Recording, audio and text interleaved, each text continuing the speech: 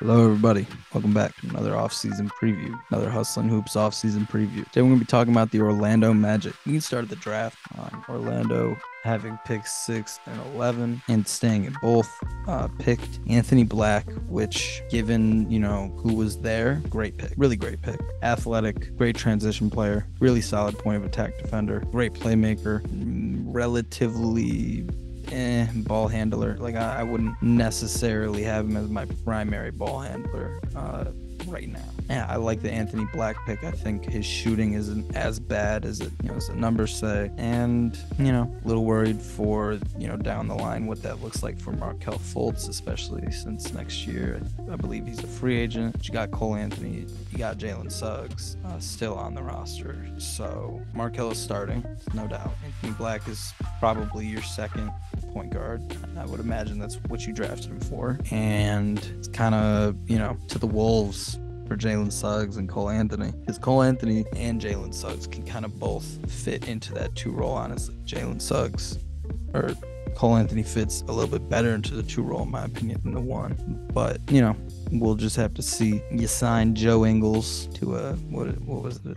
A 2-year 22, something like that. Cool. I mean, it's a good vet presence. Not sure so much where he fits into the lineup. I guess as a 2, maybe. We'll talk about that in a second. But I forgot to say as well that at pick 11, you drafted Jett Howard, 6'8", Michigan man. 2 things we know the Orlando Magic love is a tall player and someone from Michigan, from U of M. Because as of right now, looking at their roster, even Michigan in general, because Gary Harris went to state, but you got him, you got Mo, you got Franz, you've got Jet, and you've got Caleb Houston.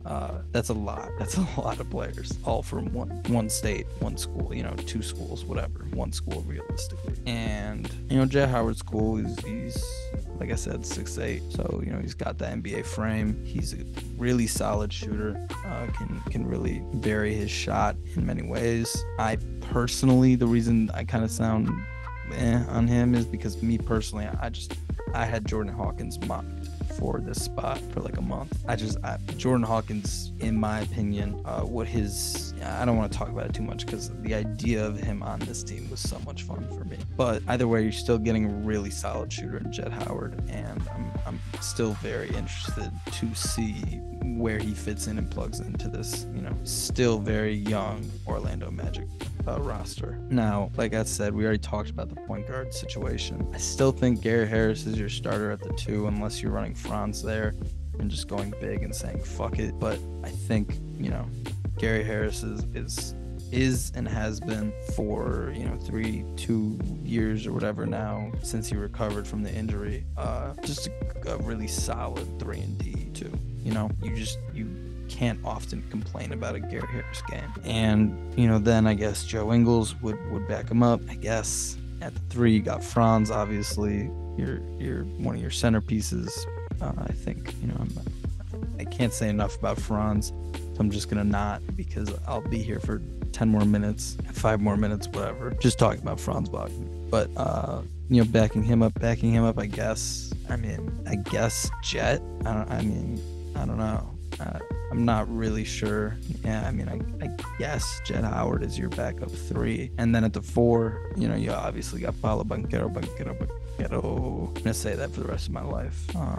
But you've obviously got him. And then at the backup 4 position, it's probably Chumo Kiki. Yeah. And then 5, you got Wendell. Come on. To this day, the Bulls and Bulls fans are very sad. And then you obviously got Mo. Who just got his little extension as well. 2 years, $16 million, which I think the second year is not guaranteed. Sorry, team option. So we will monitor things realistically. You guys have 16 players on your roster, so 1 does have to go. There's the likes of Caleb Houston. There's the likes of Bol and Goga Badatse. That could all be easily dropped without too much harm.